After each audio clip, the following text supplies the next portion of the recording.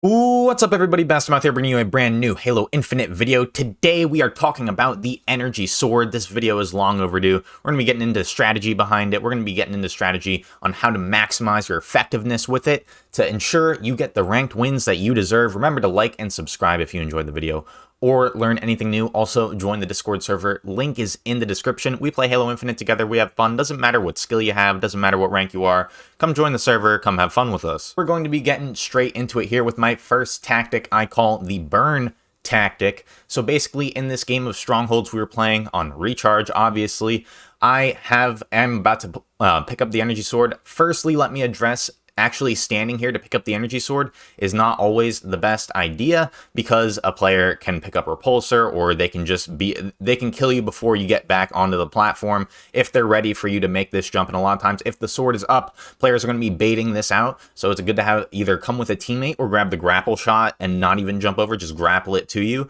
It is very risky to jump over here like this, but I had the information to jump over here. I knew I had time to actually make the jump and make it back safely, but it is a very risky move, and a lot of times you will see yourself dying for the sword, so make sure you come with a teammate or a grapple shot. But in this scenario, we are winning the game, but we are now currently losing momentum, and I love the burn tactic for just a quick regain in momentum. And essentially what I'm going to be doing in this clip here is using the sword and its maximum time to kill effectiveness. I'm just going to be going for, doesn't matter how low they are, doesn't matter what position they are, doesn't matter how valuable the kill is, I'm just trying to reset respawns as fast as possible so my team can get on the points and re-secure the momentum of this game. So I'm going to start playing it here.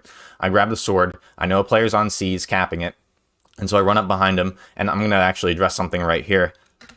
So I don't know if he just wasn't paying attention, couldn't hear me, but I do know a lot of players that I know listen to music while they play. They quote need to. I would encourage not listening to music, at least when you're playing ranked, because of situations like this. Like this, who knows? This player could have had a repulsor, right? And if he had just been able to hear me, he would have been able to completely knock out the sword out of the game and keep the momentum for his team. But he was not able to hear me come up behind him, and I was able to get the easy sword smack. And so now I'm just going around trying to reset these respawns, but also keep in mind that I am engaging. Like here, you'll see I'll engage a 2-on-1. I'm not just running into them and dying. Like I'll see a lot of players with the sword. They kind of assume it makes them sort of invincible. And then like right here, I could come back around this corner and challenge this guy with a sword, and then maybe I get the kill, but most likely, even if I do get that kill, he has a teammate Pipes, he has a teammate Long Haul who's going to trade me out. I don't want to lose the sword yet. I still got 2 kills to get with this thing. I still got 2 respawns to reset. We're capping A. I want the triple cap. So I'm going to play right here what I do. I don't go back out to batteries and re-engage him. I choose to clear Pipes first and then engage him in a more creative way to ensure I get the kill, and I don't put myself in a position to where I'm surely going to die. See, I get behind him. He was still jumping around here trying to peek me out.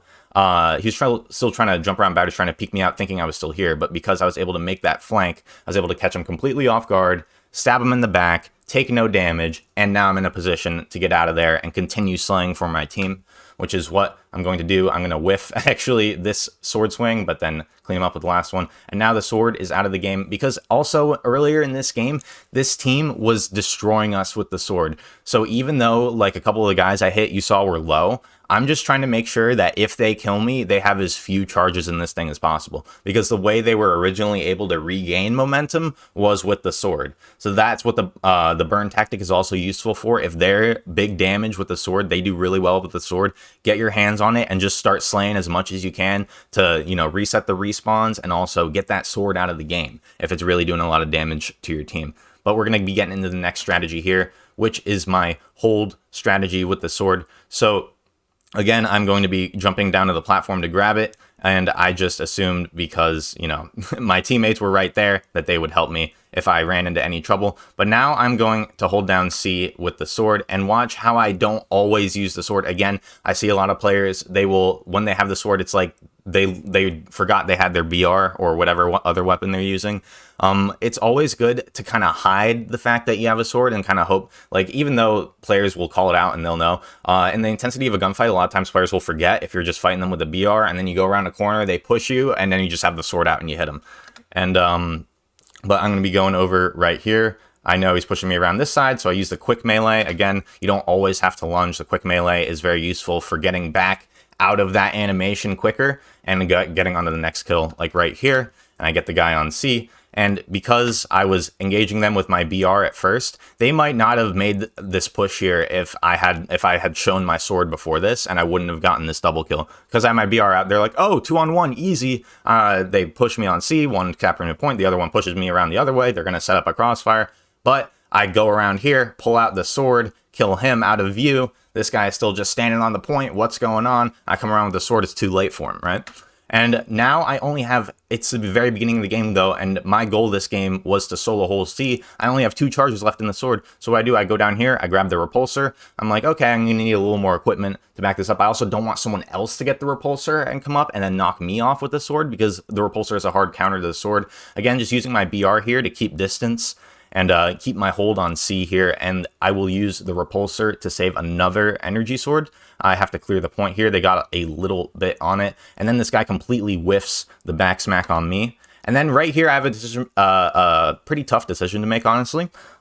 This guy is the bottom fragging player on their team. So if it was any other player, I would have sorted him. But because I know he probably won't be able to hit the 180 headshot on me, I choose to repulsor him off instead, and then keep my 2 sword swings for possibly a more valuable situation. And as you can see, completely oblivious. But he actually, you saw bullets whiz right by my head there. That questionable decision. Maybe I should have actually used the sword there, but it ended up working out in my favor anyway. The point is, use equipment, use your other weapons when you're trying to hold on to the sword to try and keep a certain position lockdown, or keep a certain objective lockdown. It's good to use other things, and also to switch your weapons a lot so that people forget that you have the sword, because if they know you have the sword, you're going to get pre-naded, you're going to get killed so quickly.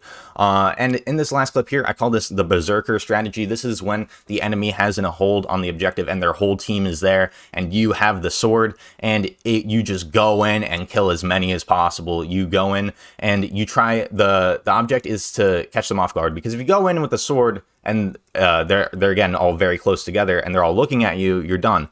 But if you use like grenades and distraction, like I use this guy here, this also is not in a ranked match. I will say this is just to illustrate the concept I'm trying to illustrate here. And but you'll see he pushes up there. They're completely distracted with him. Get the first kill easy, second kill easy, third kill easy. I'm literally one shot, jump over the head. This guy's so focused on the objective player though that he doesn't even notice me, and I'm able to get the overkill. Hope you guys enjoyed the video today. Remember to like and subscribe if you did. Catch you guys in the next one.